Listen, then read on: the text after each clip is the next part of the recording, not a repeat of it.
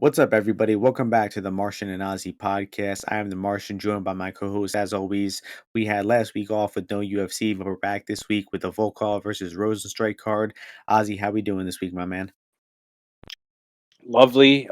Fresh out of Memorial Day weekend, Gemini season, Fat 14 fight UFC card this weekend. The Rangers just won game one. It's coming up good, except for the Boston Celtics being in the NBA Finals. But it is what it is. But yeah, we're rolling into the summer season. It's the second semester, basically of the year, whatever, second quarter almost. So let's get going. Yeah, nice to have a week off in the UFC. Back 14 fights this week, though. We got a lot to talk about. Before we get into that, quick recap of the last event. I lost every bet. Actually, one got refunded, so technically I didn't lose every one. One was a draw, but did go, pretty much 0 for 6 on bets, minus 4 Whoops. units in the hole for me. So, Whoops. how'd you do, Ozzy? Well, other than I don't know, I got baited into betting Elise Reed. I don't know why. It was like Northeast and the line going down, but Park, Hooper, Martinez, Morales goes the distance, just like just under 2 units, 1.778 units won. Viana bet loss. I mean, I probably make the bet again, but probably not. I just probably would not get involved with that fight. I mean, it's just such a dumb fight. Like I knew it. I don't know why I made it my best bet. Cooper was my biggest bet. I was the most confident in that bet. Obviously he's in a tear apart Felipe Colares. But yeah, so winning week last week, we roll it forward. I think overall, we were both on the Ketlin Vieira angle. We were like leaning towards her. I personally live bet her in that fight, and I did think that she won when I was just scoring the fight, watching it. I wasn't watching that closely early on, but then when she was in the fight, I definitely was observing it more, and I scored a 2-3-4. 2-3-4. Yeah, 2-3-4 for Catlin. For I sure. have no issue with that. I lied about her like I said, and yeah, I mean Holly just wasn't doing shit. So, same thing like how I lost the Hebaz bet. These motherfuckers lost their Holly home bet, but the difference is I didn't pay juice. So Yeah, I was that's able how to I I feel was about it. able to live bet her as well. She totally won 2-3-4. I mean, anybody No, arguing that Holly Holm won the fight and like supporting Holly Holm, come on. I no. was watching the fight with my boy Coco. We were ecstatic to see Holly Holm lose, and it was a good cap to that card, which wasn't I'm so great. I mean, and the people. I mean, when you're at like one of the points is, oh, Andre Pederneiras, he thought that That's not even a good point because yeah, maybe you could be on the side and be like, fuck, like the judges are gonna give it to this bitch Holly Holm because she always gets the fucking decisions, just like the Caitlin Chukagian thing. So if you're in her corner, you're like, yo, girl, come on, let's win the fifth round because if we win the fifth round, like we definitely win the fight. Like Pederneiras is so adamant because he knew all they needed to do was win one more round. He's like, Ketlin, go win the fucking round. And she didn't win the fifth round, but whatever.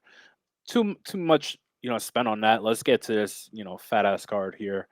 That's And true. get started. We're sticking with women's division. We got women's 125. My girl Erin Blanchfield taking on Ige-Aldrich.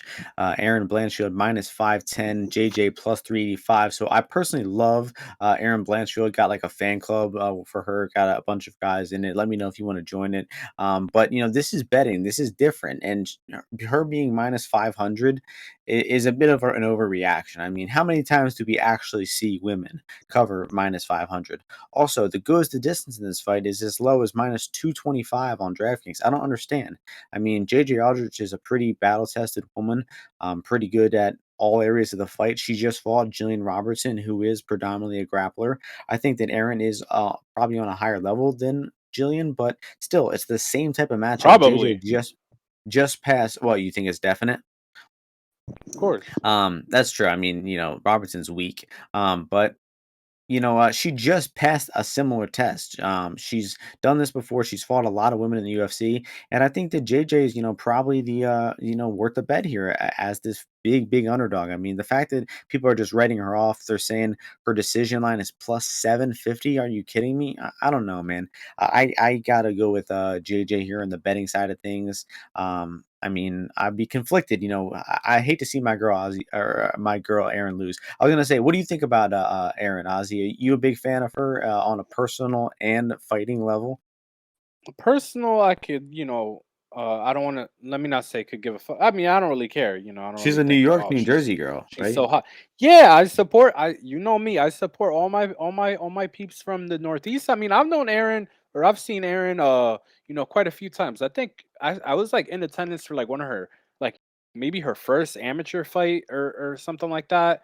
You know, I knew about her a little bit before because she used to do some grappling tournaments too. I mean, I didn't think she was gonna be this good just to take the mantle away from you.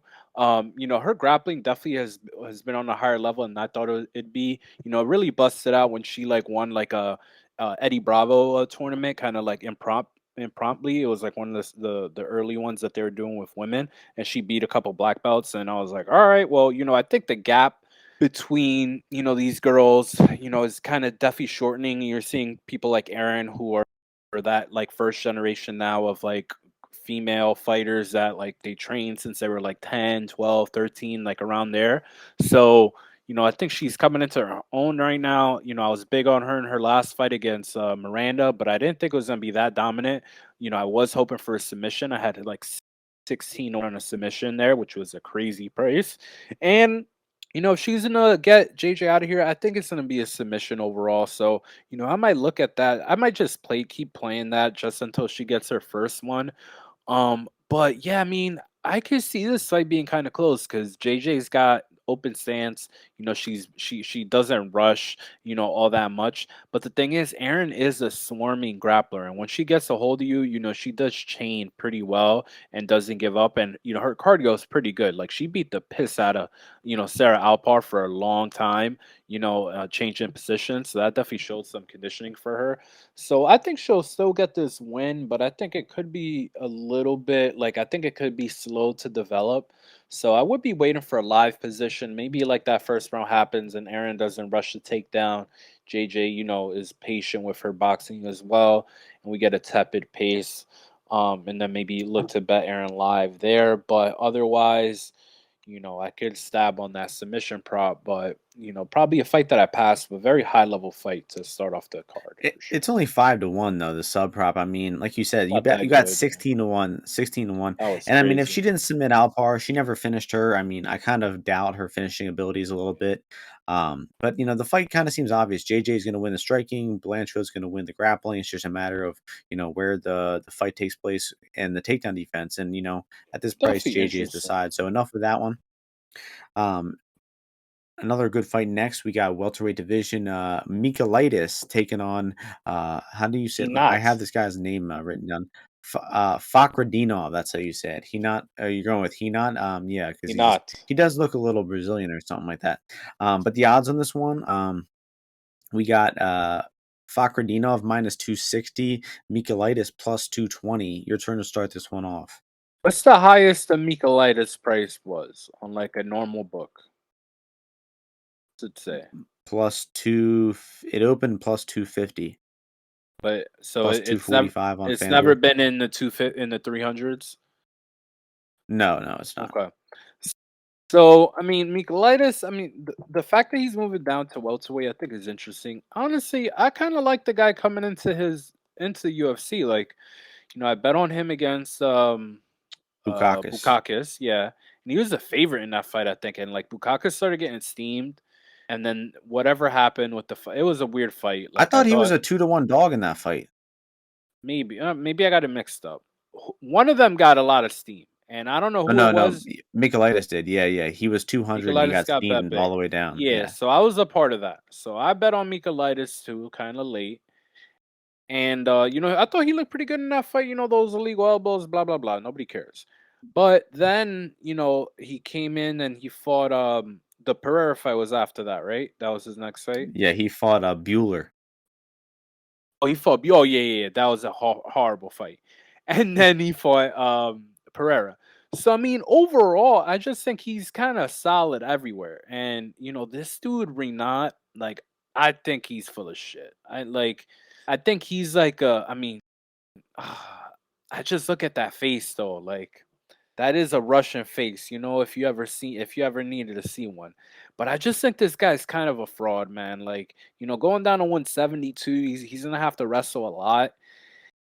And I don't know, man. I just think this guy's a little bit fraudy. overall. Like, I don't think he's very technical on the ground. I just think that, he doesn't really throw a lot of strikes from on top. When he does get guys taken down, in my opinion, I think that shot against Spicy was pretty lucky. And I mean, I think this is kind of like much more of an even fight. If I'm being honest, if I think that Michaildis is coming in how I had him rated beforehand, and he didn't really do that much to make me like he didn't look. He's not dumb because he grappled with Pereira as much as he could, and he's moving down in weight. So I'm thinking his conditioning is gonna be solid now. I think I don't think it's far fetched for him to be a 170 pounder. So yeah, I'm gonna just take the dog shot on Michaildis because I think like it's for not due to like big fraud vibes I get from him. So not a big technical breakdown there, but I just think we're not. He doesn't do that much damage. Like I think he might be a little high on his supply from that one knockout. He dies for takedowns, and you know it's gonna be a boring fight if he wins. I think I will get the over two here, or bet that guy by decision because I don't think he's finishing Andreas. Yeah, I mean, I think Fakhretdinov is, on the fraud side of things, like you were kind of alluding to. I mean, just a lot of his wins are over low level competition. He also has only fought 1 minute in the past like 3 years, I believe. Not good. The spicy fight was his only time. Now, the fight only lasted less than a minute. And he just knocked out a former UFC guy. I think people are low on Michailidis. He got knocked out himself, and I just feel like the market is just way overreacting to some new Russian prospect with a good record. But I agree with what you were saying, Ozzy. Michailidis solid everywhere, not easy to take down, competent striker. The one thing I don't like about the guy though is he's not a finisher at all. He really doesn't have much power. You saw that in the Bueller fight, just no killer instinct at all there. But I feel like he's going to be there to give Fakhretdinov trouble everywhere. I think he's going to possibly be the straight up better striker than Fakhretdinov. This guy's Renat's his punches are wide and loopy, and his takedowns are stiff. He's not really that good on top. So I feel Michailidis will be there. Tough fight everywhere. I'm a little concerned about the 170. I mean, I do agree that he does have the frame to get down, but he kind of did gas out pretty badly versus Pereira in that fight, and I'm not too sold on his cardio. I hope that he, makes the cut healthy. I also heard somebody said that he's training in Greece for this fight. He's not at MMA Masters, which is a bad thing to me. And a detriment to us is Renat has been training at ATT for the past few months, been, training all over America since he got signed to the UFC. So I think, Renat is probably taking it more seriously, making some improvements. Maybe he turns out to be better than we expect. But right now, my plus 200, I think you got to take a small bet on Michailidis. Um, that's about everything for that. Let me get back to the card here on Tapology. Next fight, great fight here, flyweight division. One of the best on the card, Jeff Molina, Zhalgas-Zhumagulov. Molina, the favorite, minus 181. Zhumagulov, plus 156. So I like both these guys a lot. I think they're both solid fighters. And I do think that Molina, though, is a bit of he's kind of like a live bet guy, right? This guy doesn't start particularly fast. He works his way into the fight as it goes on. And as we saw in Zolgas's last fight against Kopp, I mean, he came out hard, was landing big right hands early on in Kopp there. And I feel that he has the potential to do that here as well. I think Zumagulov might have the hand speed advantage. He does have some pretty quick punches, but it's going to be an interesting, battle of the boxing here because Molina is the much better jabber. He's longer. Zumagulov's, short, got those short arms. So he's not much of a jabber, but he's got good hooks. He's got a solid right hand. And I think we're going to see some really competitive boxing exchanges early on here. And Zumagulov could also maybe mix in a takedown. We have seen Molina get taken down, not look like the best wrestler at times. And I think Zolgas is really live to come out and win round one here.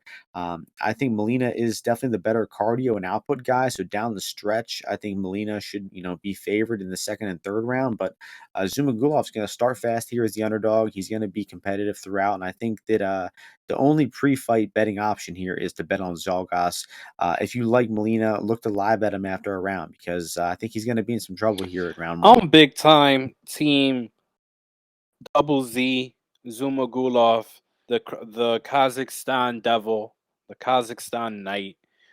I mean, one guy works his hands with, Triple G, right? Triple G and Double Z. It's not a coincidence. And the other guy, he's working his hands with Tim Elliott and James Krause. So, I mean, I gotta lean towards the Zhumagulov side. I mean, this guy's fought, great competition. Uh, my issue with Molina is like, yeah, man, like he's got some skills and stuff, but I mean, you could love the volume against Iori, but bro, Iori's not trying to defend anything, and those punches are in slow motion, dude. Like that shit is not working against a dude like Zumagulov. Like if he's trying to tee off on him like that, like Zumagulov, he's gonna do something. He's gonna mix. He's gonna get a clinch. He's gonna shoot a takedown. He's gonna throw a kick. I don't know what's gonna happen. But the fight that is coming to Jeff Molina is none like he's experienced before, and he's riding high off a hype from being on the pay per view where fucking Daniel Cormier is yelling, "Oh, Molina, his boxing is so good," that he's got guys like you fooled into thinking that fucking Jeff Molina has good boxing. I mean, the guy puts his chin out there. He's got his hands away from his face. He's like looking in there to, time you and come in with a few punches. But overall, the guy's footwork is slow. He doesn't get into the pocket very well. And once he is in there, he's not really making you pay all that much. He'll land some fleeting shots. And on the other hand, Zumagulov, he started great against Cop. He was lighting up that calf. And what happened?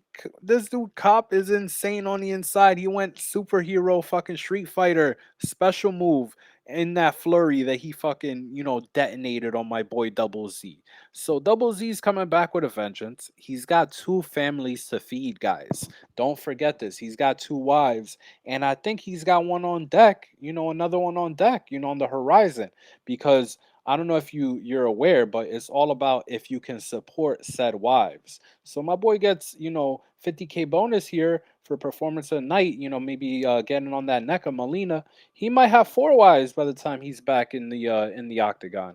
So give me Double Z. I think he's gonna be able to stay competitive, land on the counter, mix it up with the kicks, and then control most of the grappling situations and come away with a decision win. So Zolgas Zumagulov for the win plus 155. I think you could get Wiley 160. Very solid, I feel, especially in this weight class. Yeah, I'm not as quite as confident in you to win, I think that he could don't you think he could, struggle in late rounds here? Like, don't you think the output disadvantage could be like a trouble Yeah, for but him? I mean, Like, if he's not he, a big, yeah, output but breaker. I just don't think that Jeff Molina's got the real goods to actually win, multiple rounds easily. So, I mean, this is the same price that people were betting Lacerda, like me. So, come on. Yeah, I remember that. Yeah, Zolgas, it's bro. interesting that they Come on, gave Zolgas is much better. Zalgas he's 1-3 in the UFC. They signed him to a contract again, even though he's 1-3. That must mean the UFC has a Bro, script written he's for the this fight for pride him to of come back with, I'd say. Kazakhstan. So And I bet against I do like Kazakhstan too. Zogas. I had a Mirabazi big, huge, one of my bigger bets at the time. And I mean, he did his thing, but the thing is, bro, you don't beat Zumagulov easily. And Jeff Molina won't either. He's gonna feel that Kazakhstan pressure. He'll know. He'll know he's in a fight. Yeah, you are right about it being the toughest fight for Molina in his career. So next fight, bantamweight division, another pretty good fight. Gravely versus Munoz here. Ooh. We got this one. Gravely's the favorite, minus 130. Munoz Can you go plus first? 110. Can you Your go turn to first? start this Sorry. one off, Can Ozzy. you go Bantamweight first? fight. Yeah, that's cool. I think I'm leaning towards Gravely being the value side. Just right off the bat, I'll say it is. I think just Gravely has more ways to win. Munoz is a nasty jujitsu guy.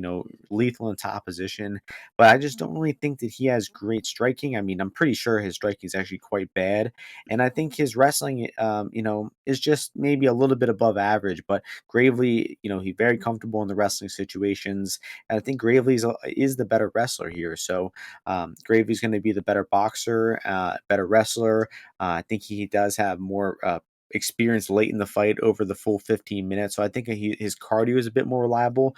So Munoz has a jiu-jitsu advantage and he maybe has a durability advantage as well. But If you watch Munoz trying to strike against that guy Jamie Simmons, like you could tell he was trying to work on his striking a little bit, but just nothing was really working. I mean, it looked like nothing was. He wasn't achieving anything. He was throwing these weak strikes. He just doesn't look like a striker. He doesn't know what he's doing there in that area yet. Maybe he's improved over the long layoff, but I can't bet on that. So I think that Gravely will win the striking. I think they're going to grapple with each other. They're going to be some back and forth grappling. I am a little worried that if Munoz gets on top, I mean, we could see Gravely put in a really bad spot and get tapped out. But I feel like Gravely is, comfortable enough in these jiu-jitsu positions to avoid any really bad spots. And Munoz seems like he's only going to win by sub. I don't see Munoz being able to pull off a knockout or a decision. So Munoz sub seems, you know, somewhat likely, but Gravely is the money line side to me. Yeah, man, this is a very interesting fight that I've been looking forward to. I mean, when it was first got announced, my immediate thought was, going from Jamie Simmons to Tony Gravely. That's a big jump overall because I mean, I would say Tony Gravely. I don't know what the fuck topology's on, ranking him 44th, but I would think this guy is knocking on that door, very soon, a top 15. With this fight, maybe one more, he's very close, I feel. At least in skill, for sure, in my opinion. Um, but I mean, this guy's been on my radar, Tony Gravely, for about half a decade now. And I kept track of him a bit. And I mean, this guy's solid. I mean, you know, his issue, I think, is that even when he does get takedowns, like they're just squirrely moments where like he's not able to control the guy, but like he's doing the right things, but it just like doesn't go his way, all the way per se. And like the margins, then the fight starts getting a little bit discombobulated, and it could get away from him a bit. Now, Johnny Munoz, also a guy that I've been, pretty high on and I've known about for about 10 years now. This Johnny Munoz is very solid jiu-jitsu, like top end, probably top, top level on, in the weight class. And I'm not sure about the rest of his game. Like you said, I mean, the guy can't strike. It is pretty awkward how he throws his strikes, and he just doesn't have a lot of power on them. But he does have like some karate background, so he'll throw a lot of stupid kicks out there. But I don't think it's gonna be very effective. They're gonna be very effective against Tony because Tony also has like a karate background. So this is a very well matched fight. Is like the gist of this. Both these guys are in great cardio shape. Both of them are pretty fucking strong. So I mean, I initially wanted to lean on the Munoz side just because Gravely cannot control anybody on the ground that that is actually doing the right things as opposed to like Simon Oliveira that's only going for necks. Munoz is, I would say, he's competent, he's fine on his back on bottom, but he really wants to get on top, and then he's good at taking the back, finishing from there, maneuvering from there. But it's also hard to control Tony, but Tony gives up opportunities to take his back and shit. So, on the feet, I think that Tony's got this pretty easily. I think he can keep it on the feet if he wants to. But I mean, I think these guys are gonna grapple. If I was on the Munoz side, I would just take him inside the distance. I think like like if this goes 15, he'll probably have some opportunities or he'll get close to some finishes that I mean, I guess it'll make you feel good enough about it. But I think I'm overall on the Tony Gravely side, on the money line side. I'm not sure if I'm gonna take the plunge all the way though, because I do think that Munoz is gonna have some success here, and the success for him snowballs because I think he's looking to finish on the ground, most of the time with submissions and position or submission over position. But yeah, I'm gonna pick Tony Gravely. I just think he's gonna be able to land the jab, land his, he's gonna be the quicker guy, I think, on the feet with the hands and the commitment to the strikes, and then he's gonna be able to get the takedowns, I think, later on in the fight and get top position to win the fight. And I just think he's more experienced in those 50-50 positions than Johnny is. Like I can see Johnny going to his back, not working up, later in the fight. But I love both guys. I hate that this fight's happening. So. Yeah, one interesting line. Gravely decision only is minus 165 on DraftKings. I like that one. Um, that's gonna take us next fight, lightweight division. We got Benoit-St Denis taking on Nicholas Stolze. Odds for this one, St Denis is minus 152, Stolze plus 132. So what is this? France versus Germany here, Ozzy? Yeah, I think Who it's you got France. here? I don't even know. But I mean, Denis, the special forces guy. Who is he special forces for? For France? I mean that tells you all you need I to. guess No, so. I'm joking. But yeah, I mean, this is a weird fight because I faded both guys last time, I think. Yeah, and they were both reasonable odds. Like the Gooden was plus money. I mean, I mean, Stolze is a guy I would want to bet in this position. But dumbasses bet him down from like plus 175 or 240, whatever. They bet it way too early. Guys, you gotta let the lines marinate a little bit. The hell. So, I'd like to bet him overall, but my issue is that I think he's gonna accept to take the takedowns, and I think that Saint Denis is gonna pursue takedowns early on, and I just think that Stolze, yeah, I mean, like he'll look like he's really resisting and doing stuff, but like he doesn't mind fighting off his back, but I wouldn't lay the juice on Saint Denis just because I don't really. I mean, I think that guys, he looks very good against people who are like just a level below him. But anyone who's like competent on the ground and can, attack, I think makes him look very average. So, I wouldn't want to lay juice on a, just average fighter like that, like I said.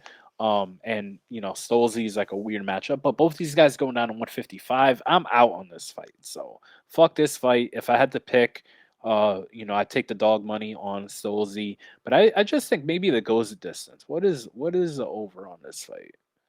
What is the over? Let's see. It is over 2.5 Yeah, give me minus that. 120. Yeah, Oh, yeah, give me that all yeah, day, 2.5 all day, minus one. all day. That might be a big bet. That might Yeah, be a big that's not bet. bad. That's not bad because I mean I don't see really either guy finishing each other. I'm a little more enthusiastic on Stolze. I feel like because Saint Denis is a grappler, like you were saying, he's going to be pursuing those takedowns, and I think Stolze's defensive grappling is actually pretty solid. You saw that in the Amid fight. He did get taken down there a few times. He popped back up to his feet, and as my boy Sean has been saying, this guy's just been fighting a lot of grapplers throughout his career, and he's working his way up in these challenges with these grapplers. And I don't think Saint Denis is going to be the hardest grappler he's ever What fought fucking yet. Um, challenges are you um, talking about? so Stolze, I think, is going to be the better. What the hell are you talking about? I don't know. You have to ask Sean Orr about that. That's where I got my information from. Um, so anyway, Look, listen. I think let me see.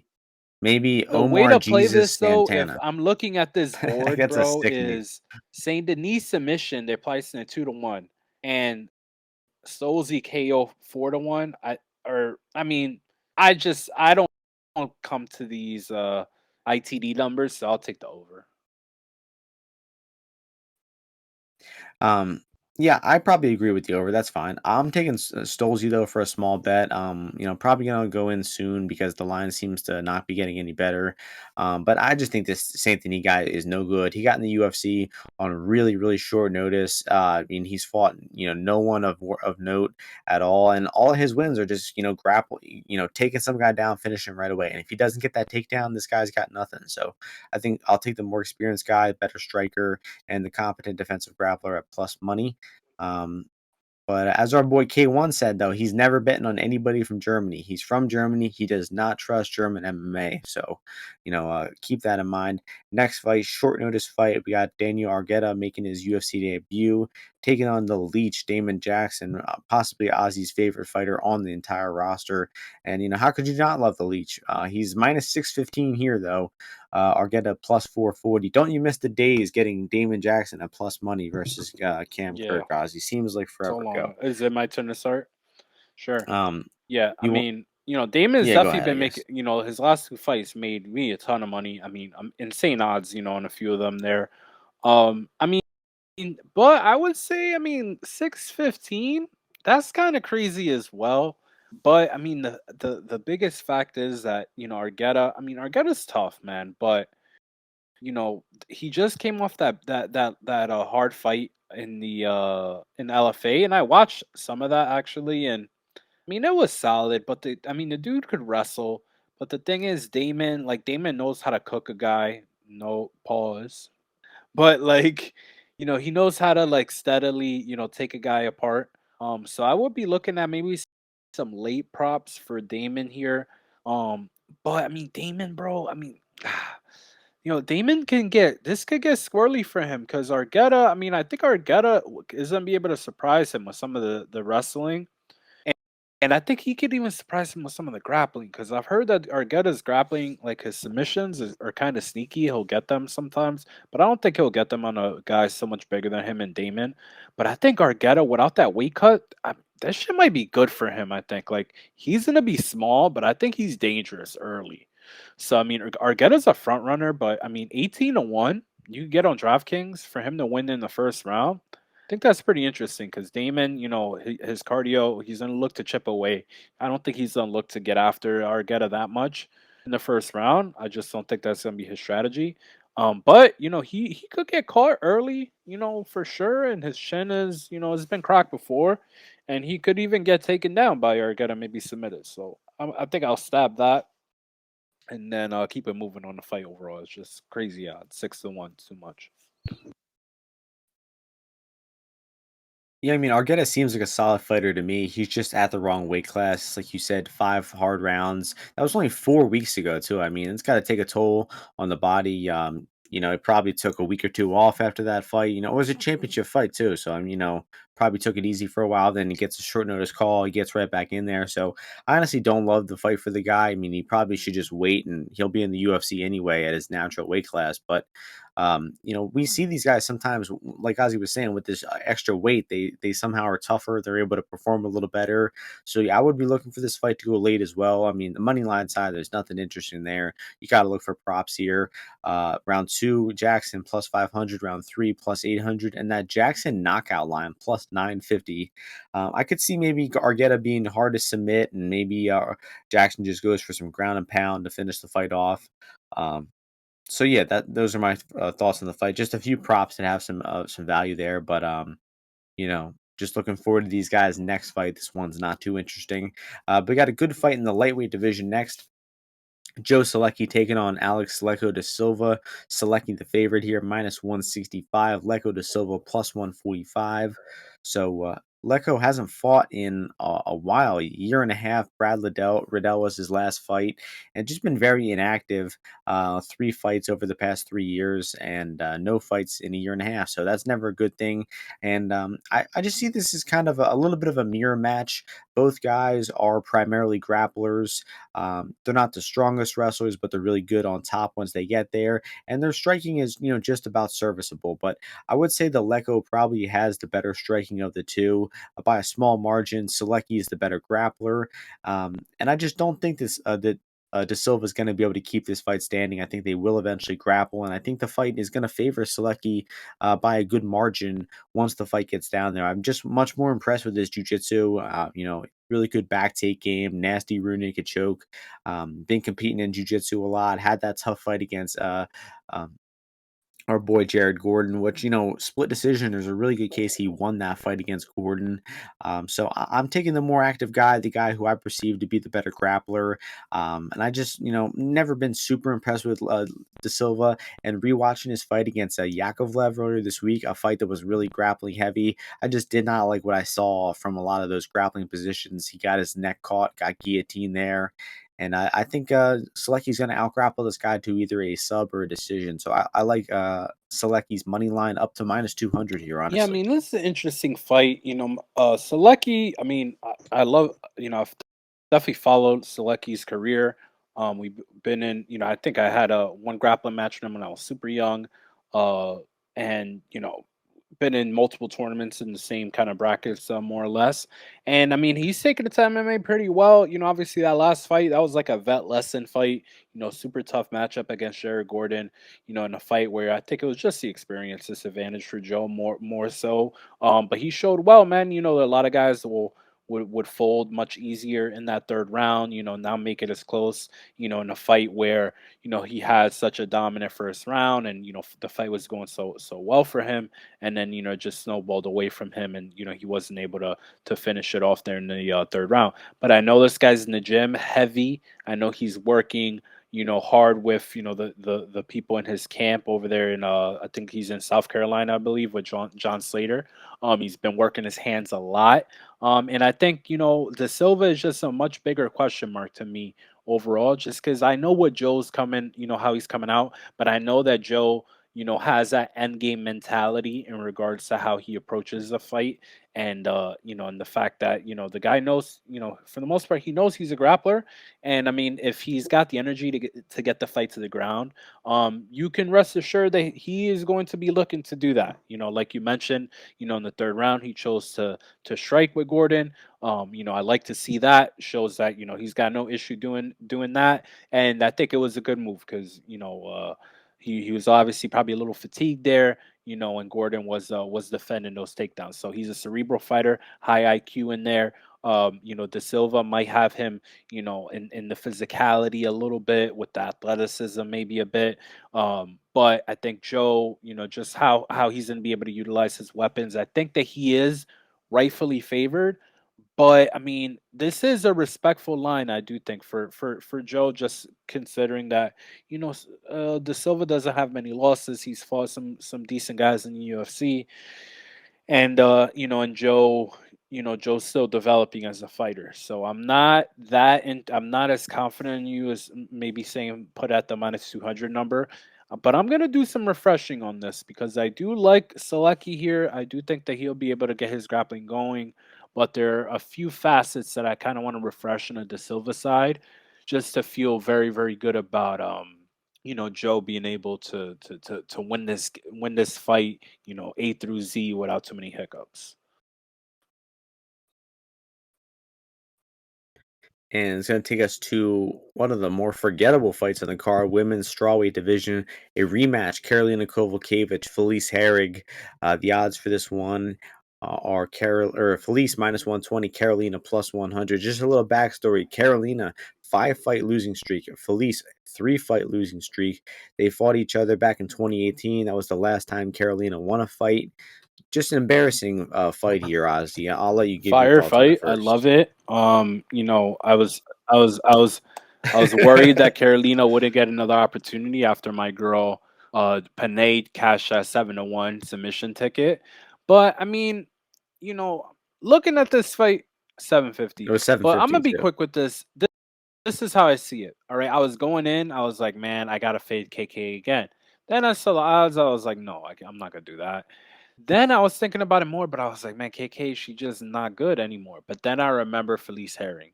And the issue that I have is like, yeah, this is gonna be a women's MMA fight. So what does that mean? There's likely going to be some grappling in some convoluted manner. But my issue with KK is always she makes bad decisions. Just in that, like in that Panay fight, she just makes bad decisions, bad reads. I don't know what's wrong, what goes on in her brain. Sometimes that it's just bad on the grappling end. And Felice, I think the only way Felice is gonna beat her in a 15-minute fight is if she gets like some takedowns, they fall down, and Felice, she's a little bit better at getting on top and all that. But the more I thought about it, the more I thought, let me just go with KK, just because she throws more strikes, more damaging strikes.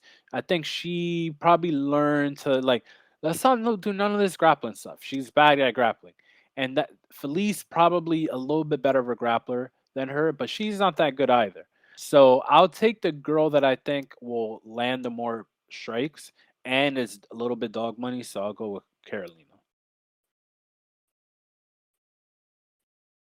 But you're not gonna actually No, no, bet no, her, I don't right? think so. But I'll go with But I'll pick Okay, good. But if it goes back up to like plus 115, I'll bet Carolina. But even money, no bet on Carolina. But I mean, Felice Herring is just not good, man. Like she's not dangerous. Like she's got no takedowns.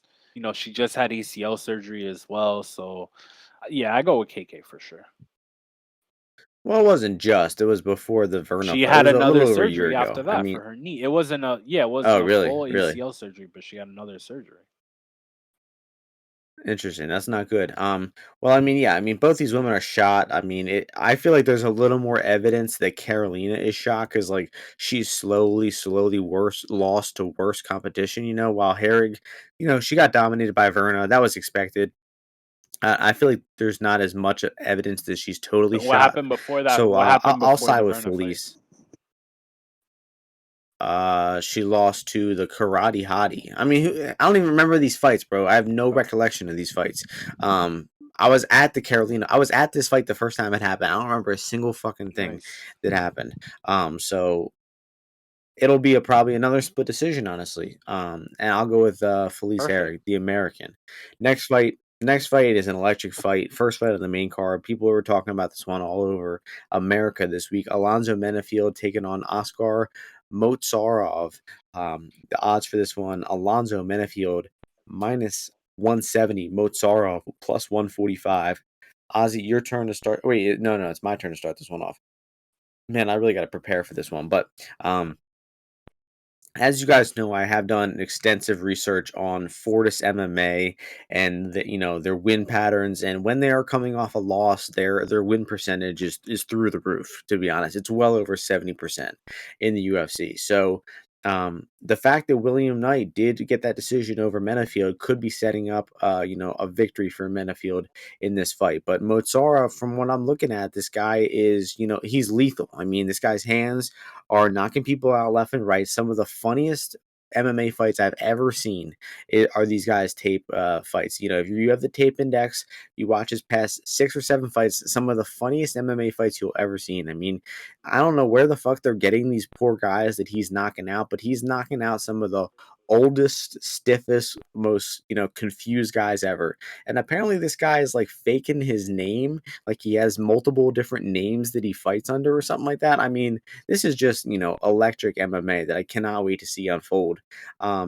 But on a serious note, this Mozarov guy does seem to have some decent striking early on. Throws head kicks. He looks to be a pretty terrible grappler. He looks to get taken down really easily, and then the second he's on bottom, he's looking to tap right away. I mean, he's looking to one fight. He literally tapped nothing. Like he got hit with an elbow and he started bleeding, and he looked at the referee and he's like, "No more, no more." And the fight was over. So I don't think that this guy is tough. I think the first sign of adversity, he's probably going to get out of there. But I really hope that he just knocks Menifield out early on. But to me, if Menifield lands like one calf kick or he lands, a takedown, the fight should be over. And we did see Menifield take down Charant. We did see Menifield attack calf kicks versus Herman. So reluctantly, I have to admit that it does seem that Alonzo Menifield is getting a little bit better at MMA. So the line is probably right. I'm not actually gonna really bet this fight. I hope that Mozart pulls off the knockout. And Ozzy, I'm interested to see your analysis for this one. Listen, man. I mean, I think this fight's gonna be great. I mean, these are the kind of guys you gotta have Alonso Menifield fight. Let's just be honest. Like these guys on Twitter, like you guys are fucking corny. Like you guys are trying to expose his record, bro. They're trying to help Alonso Menifield. They know you like watching Alonso Menifield's big juicy biceps, right, Martian? They know you like fucking watching, hearing about his crack baby stories and all this other bullshit. So they're trying to fucking find guys that he could beat that look fucking tough and shit. And people are all over Twitter fucking hitting up Topology and fucking Sherdog to try to invalidate my boy's fucking record that he did.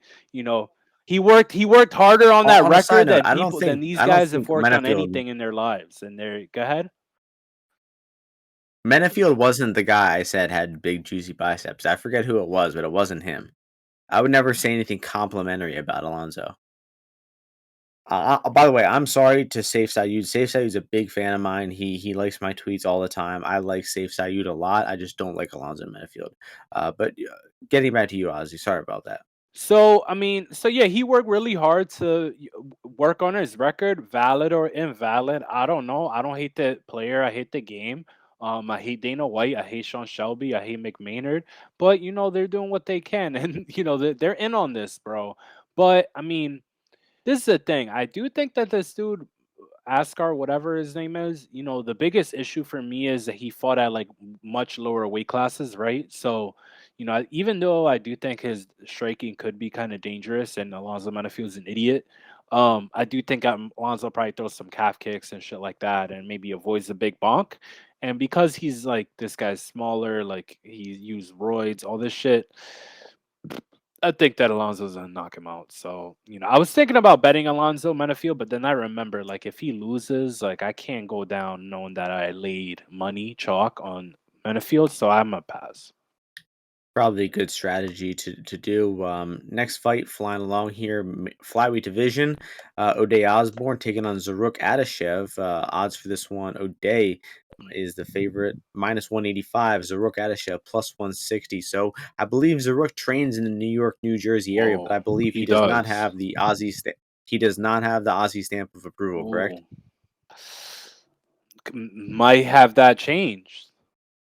Might Really? have that changed. Well, I mean, it's all relative. It's all on a scale.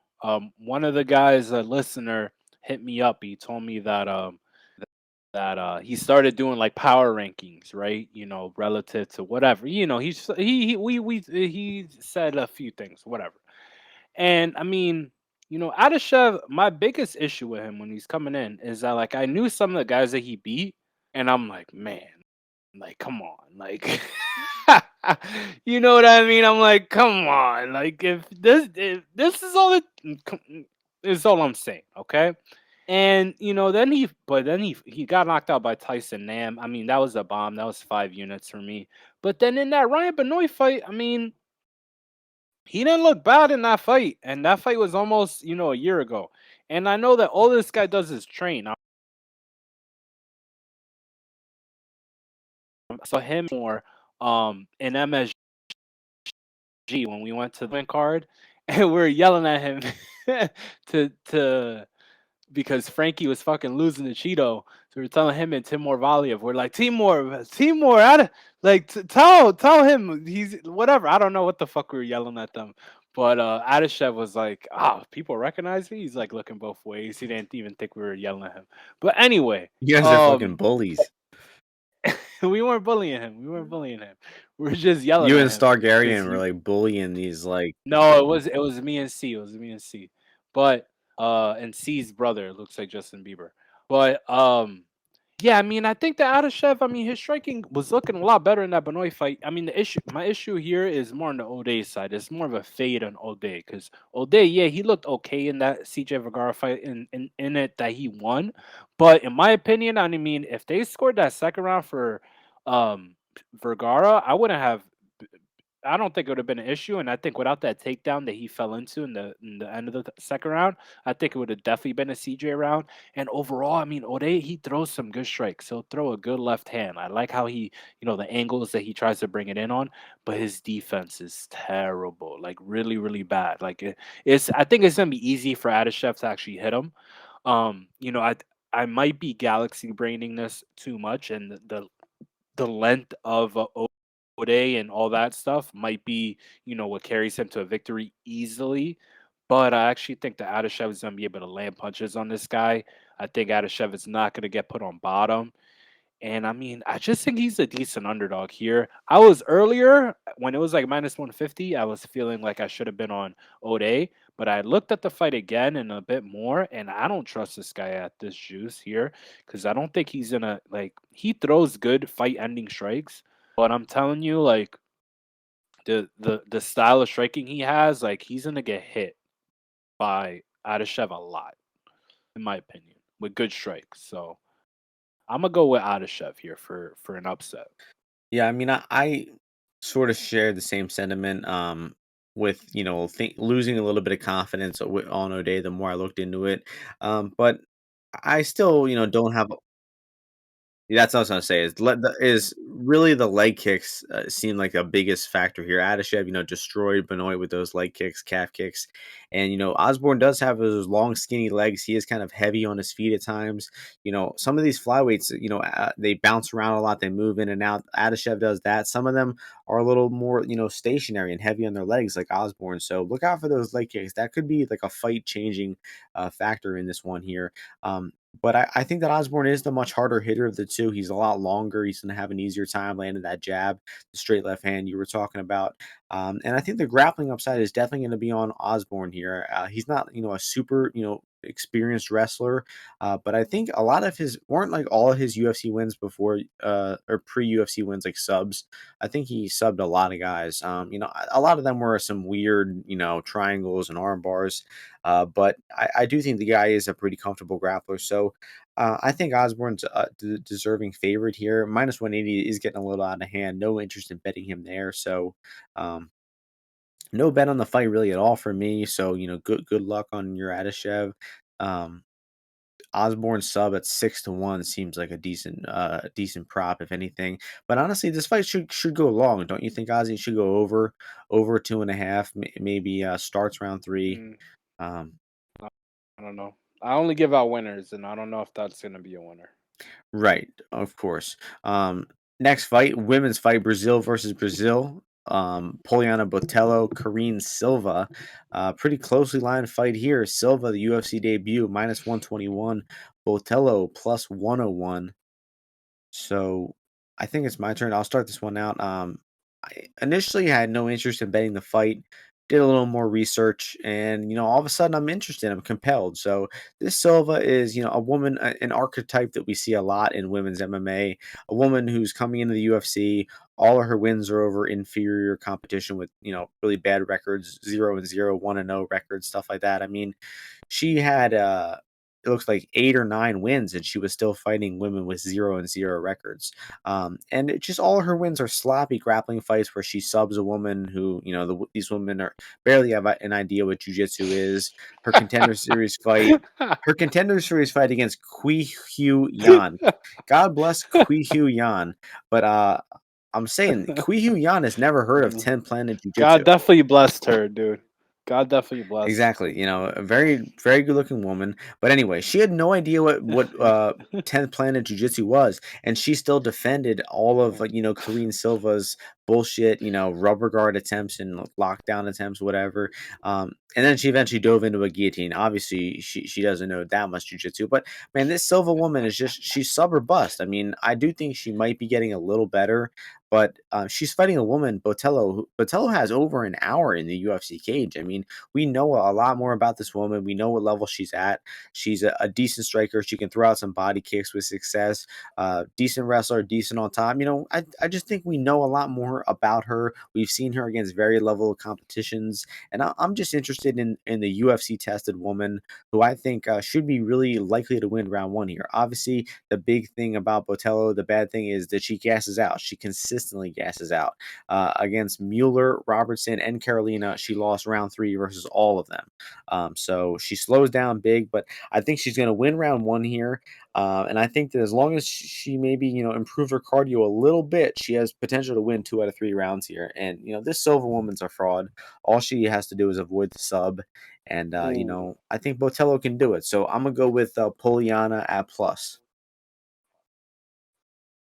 Yeah, I mean, I don't really got that many thoughts about this fight other than I'm definitely not betting on Polyana Viana. Like for sure, not. Botelho.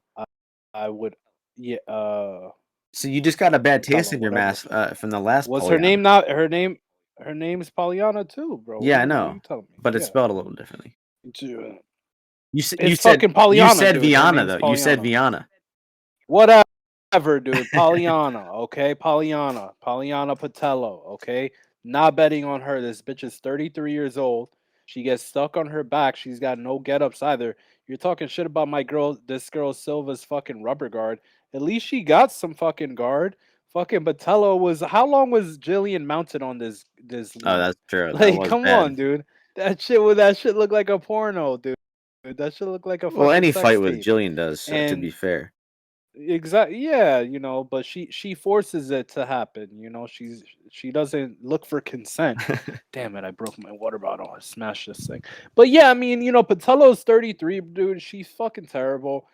She let people down. A lot of people. I know some guys who literally max bet her against Luana Carolina. I was like, what the fuck are you guys doing?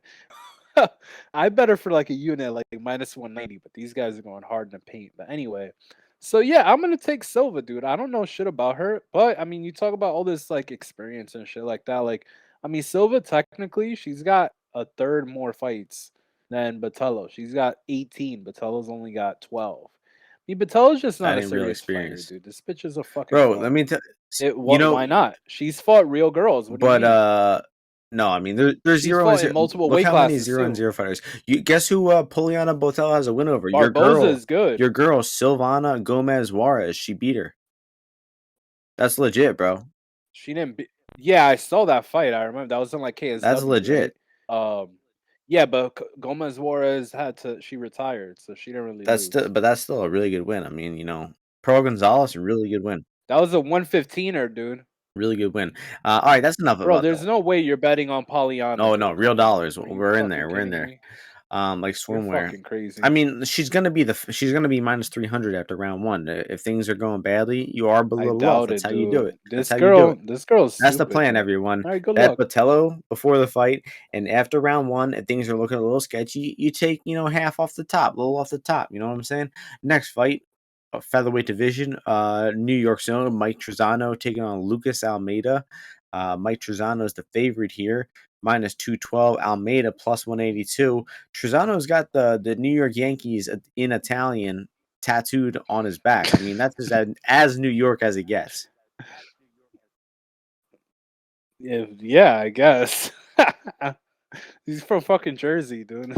But yeah, Am I going first? Am I talking for about this? sure. Fuck yeah. Well, I mean Trizano. Yeah, I mean Trizano's a dude that I know for sure too. I mean that last fight was fucking terrible. Like, dude, one there's a few things these guys that fucking annoys me.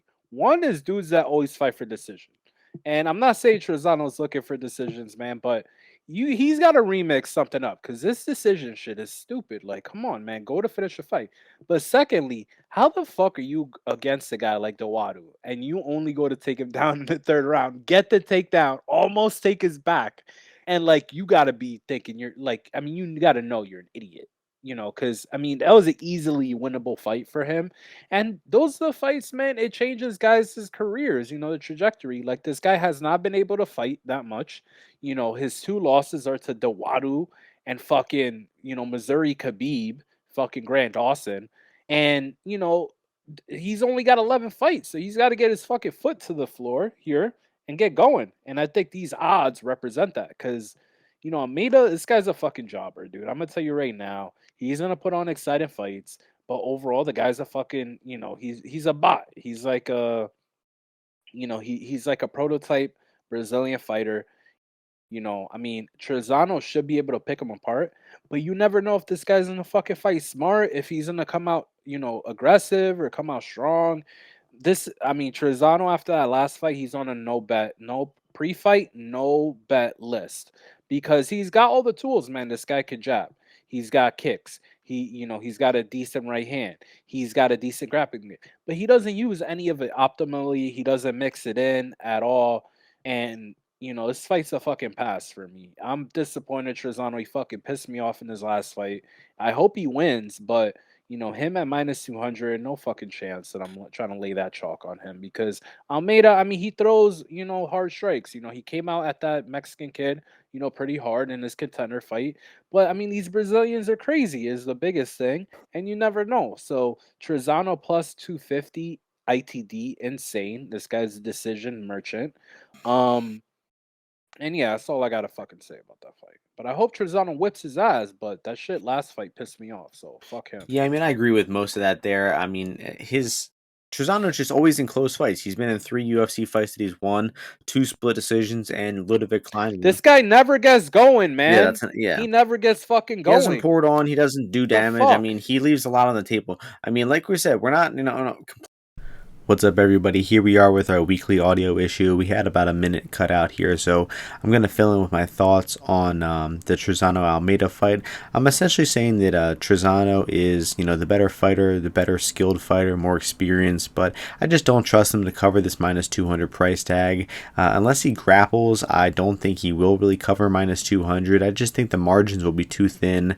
This Almeida guy can probably compete on the feet, maybe give Trizano some trouble on the feet, and he does look like a pretty bad grappler, but Trizano is just not really reliable to mix in that grappling. So I really don't have much interest in laying the minus 200 on him here, even though I will be picking him to win and cheering for him to win, honestly, too. to me as well. Like, you gotta have He's some got there's no info way. that he's gonna grapple, because he'll just make it close. He'll make it too close if it's two, minus 200. So, pass on this. No, no interesting bets here at all. Really, nothing interesting to me. Maybe this Almeida knockout at 8 to 1. I mean, the guy comes out and throws hands. 8 to 1 knockout, not bad. I could see Um, him going to sleep. anytime or co-main event time. I don't even know what I was about to say there. Actually, really good fight. Best fight on the card. Dan Ige taking on Ige-Evloev. Uh, line here has gotten a little out of control. Minus 415 for Evloev and plus 315 for Ige. So, um, you know, I mean, I think everyone, consensus opinion is probably the same here. Obviously, Evloev is going to try to get the takedowns. Ige wants to keep it standing. That's no original analysis, but I do think that Evloev will get the takedowns. I don't really trust Dan Ige to get off his back. We saw some bad things in the Korean Zombie fight. I wasn't exactly expecting that to happen. For Korean Zombie to use that grappling game. Maybe it caught Ige by surprise too. But I mean, he got controlled for long stretches there. He got his back taken, and Korean Zombies, towards the tail end of his career, and that just wasn't a good sign to me from Ige. And Evloev is just a tenacious grappler. This guy is incredible. On top, I mean, his wrestling, he can get stalled out against the cage at times. He doesn't have the most explosive and dominant wrestling, but he's sticky. He'll get that back clinch. He'll hang on to you for minutes on end, and he's comfortable just grinding out these decisions with his grappling over and over again. And I think that's what's going to happen here. Just a grappling decision for Evloev.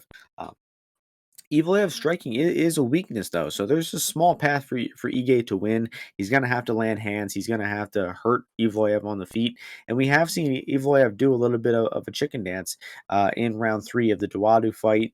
And Ige is known for coming on strong and having good cardio. He's always rallying and having good round threes. So maybe Ige pulls off something crazy here in round 3. Maybe look at the Ige round 3 prop, the Ige KO prop at a plus 1100. But one thing I'm seeing though is this under here, Ozzy, is plus 325. You rarely see a men's MMA fight with the under or with the over this juiced 2.5. So I don't know. I think people, there's no value in the over 2.5 at minus 400. So really good fight. I kind of think the outcome is very likely going to be Evloev decision. It's all the way at minus 200 on some books, but it's still a good fight. Yeah, I mean, thinking about this fight more, I actually come away thinking that Dan Ige could be a bit more competitive than people are giving him credit for. Just because, I mean, yeah, like you said, I think the takedowns from Zombie were unexpected for sure. I think that how he approached the Josh Emmett fight was a lot better, and I actually liked what I saw in a number of aspects. Even though I did bet Josh Emmett in that fight, but Evloev, he kind of not that he'll rush the takedowns a little bit, but like I feel like Ige is a little will be should be a little bit better at the scrambling aspect. At what's his name? I mean, Dewadu can't grapple at all. I mean, you shame like we just talking about. Trizano almost took his back like right away after he took him. This guy sucks. But and uh, what's his name? Evloev, even the good positions he was able to get, I mean, it were against a bad grappler, and he never really, got him really, really solidly. So I think that Ige actually is going to be able to actually fight underhooks, whatever, fight in the clinch, basically much better than I think people are giving him credit for. And then even on the bottom, like this guy, he's a bit scrambly down there. Like you saw another ATT guy in Bektik have a hard time holding them down. And I mean, Evloev's main weapon oftentimes is that cardio. And I mean, Ige, he looked good in that third round against Emmett. He could have easily won it. He went 5 rounds with Cater. He went 5 rounds with Zombie. So I actually think he might be a little bit, maybe tiny bit of value here, kind of soon. I mean, 25%. I mean, I could see Ige pulling out this win. He knows how to win close decisions. He knows when to put out volume and damage. And this is the kind of guy I like to back as underdog. It's just not a guy you like to go against in Evloev. But I'm gonna wait on this line. I'm gonna keep watching it. But I do think Danny Gahir is live as an underdog for sure, though. I think it's gonna be a competitive fight. So And that takes you us main could event definitely probably, heavyweight. I think, get out of this and potentially get on Evloev. If this comes down to it, but Evloev's a '94 kid, so he might have to wait one more year. Yeah, I mean, they're kind of pricing it like the takedowns will just be automatic. I mean, Evloev's not gonna have an I'm not easy sure. time getting them by any means. So Yeah, kind of reminds me of main event time. KKF and Askarov. But yeah, main event, dog shit heavyweight main event, another one. Sad to see it, but Volkov and Rozenstruik. Volkov is the favorite, -162. Rozenstruik +142. It was only 2.5 months ago that Volkov was getting demolished and tapping out to that straight armbar versus Aspinall. You think this is he's coming back too soon here, Ozzy, or you think he's fine? Bro, I don't know Volkov. He's a fucking weird guy. I mean, you know, I would think I mean, I don't know. Maybe he needs money. Maybe he's supporting a certain battalion and he's needing to send weapons or whatever. But I mean, I think he probably likes that matchup here against this dude, Rosenstrike. I mean, this fight fucking sucks. I'm not getting into the good like fucking, breakdowns and stuff. Like I think Volkov is gonna try to pick at him. And Rosenstrike is gonna look to maybe he'll try to throw a little bit more like leg kicks because this dude's fucking so tall. But he's gonna look to throw a bomb at him. So I mean, this is gonna go back and forth. Maybe I could see some rounds being close. I could see clinch. I mean, it's not like nobody's enthusiastic to see this. I'm not gonna try to force a bet. I think if I had to pick a side, I'd probably just take. I mean, I'm not laying juice on Volkov, dude. Fuck that. So if I had to pick a side, I think I pick like the over 3.5 or whatever it is. And move on. But that fight fucking sucks, dude. Like, get the fuck out of here. Love the analysis. Love the heavyweight hate from Ozzy there. I mean, seriously, guys, like this is such a bad main event. I mean, main events are supposed to be fights that are more interesting because they're 5 rounds, or else they're just every other fight. Every other fight is 3 rounds. This fight has no benefit of being 2 extra rounds, just like most heavyweight fights don't. So it sucks. We're seeing these dog shit fights. I mean, we got Thiago Santos and Amanda Lemos in main events, and Alexander Volkov 2 times in a row. I mean, this guy's been in like 5, 6 straight main events. Like, come on. Anyway, so, I mean, yeah, your analysis was spot on. Volkov's going to be throwing more. He's going to be landing more. Rosenstrike's going to be looking to find the counter like he always does. Rosenstrike throws like fucking no strikes. I mean, this guy like he's looking for the perfect shot. Sometimes he finds it against low level guys. Most of the time he doesn't. I mean, I'm starting to hate both these guys. I've always kind of disliked Rosenstrike just because his fighting style is so boring. And then Volkov is looking, like he's could be on his way out. I mean, the Tarbura fight, he looked a little slow. He still got the job done. The Aspinall fight, he just got demolished start to finish. I mean, you can't give the guy too much slack there because I mean, Aspinall would do the same thing to Rosenstrike, honestly. So I don't know. Maybe we're over evaluating how shot Volkov is because he got demolished by a young up and coming guy like Aspinall. But I mean, I think he's, starting to show maybe he's on his way out. I mean, he's got 44 MMA fights as a heavyweight, so he could be very well on his way out. So, gun to my head, my pick does still say Volkov, but I hope Rosenstrike knocks him out just so we don't have to, see any more Volkov fights. But I think the odds are just about right. I'd cap this, right where the bet online is, 60, 62% for Volkov. That seems about right to me. Rosenstrike's going to need to find the knockout. I doubt he wins by decision. So terrible, terrible fight. The card is, I'd say, decent overall. Couple of good betting spots. Maybe 2 or 3 good fights sprinkled throughout. Molina and Zhumagulov is good. Gravely and Munoz is good. Um, and then the main event or the co-main event is really good, Ige and Evloev. But hopefully we get some better fights in the coming weeks. Ozzy, best bet parlay time of the we our last one went terribly. I mean, just terrible. I think we've both lost back to back weeks, so we need a fucking winner here. Viana should have won that fight, dude. I don't know about that. What about Viana should have who's won. your winner this week? Best bet parlay. I'm gonna go with. I mean, I was down to three, two money lines and a total, but I'm gonna just go with that. Fuck it, I'm gonna just go with that total that I mentioned before. That I thought it was gonna be worse price, but I could get a plus 108 on FanDuel for what's his name, Benoit-Saint Denis and Stolze to go over 2.5. Give me that. Okay. Now we can combine this over the books because it's plus 108, but I'll get Here so we go. Here we mine go. is Joe Solecki, but Here the we go. quarrel the issue we're having here is he's minus 184 on FanDuel and minus 165 on Bet Online. So if you parlayed the two on FanDuel, it would be plus 221, and if you parlayed the two on Bet Online, it would be plus 194. So I guess take the minus 184 on FanDuel. I also think Bro, just those are the two picks.